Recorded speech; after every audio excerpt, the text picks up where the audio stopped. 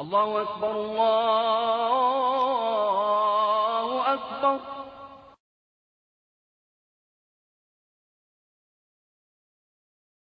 Venons-en au dossier de cette édition consacrée à la décision prise par 30 à 70 000 personnes en France de se convertir à l'islam.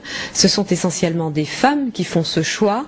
Pour quelles raisons? C'est ce que Pierre Nicolas et Jean-Michel Mier ont demandé à deux d'entre elles. Écoutons leur témoignage.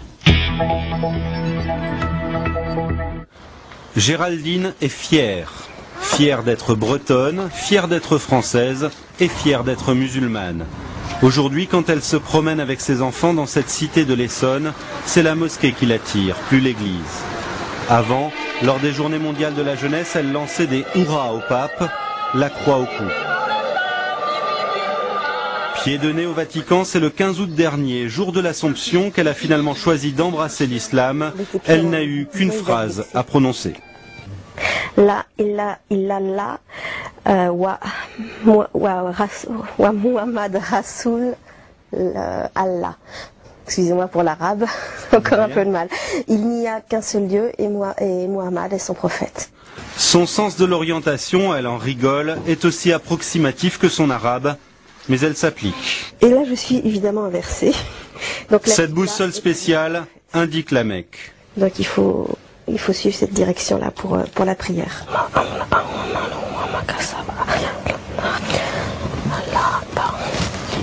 Depuis qu'elle porte le voile, sa fille trouve que maman ressemble à une africaine, mais Géraldine se sent mieux dans sa peau. Avant ma conversion, il me prenait plus pour une femme française facile, etc. On va dire vraiment quelqu'un qu'on va draguer et c'est tout. Depuis que j'ai le voile et que je suis musulmane, je suis une femme qu'on respecte et une sœur. Géraldine l'avoue, elle a besoin de règles et l'islam lui en donne. Par exemple, elle ne touche plus aux bouteilles sur son frigo. Un regret ? C'est plus quand je mange, par exemple, un plat typique qu'on a l'habitude de servir avec un vin rouge, ou même les huîtres que j'ai mangées dimanche sans muscadet, c'était un petit peu tristounet finalement, puis c'est bien passé avec le citron. La conversion de Valérie est plus ancienne.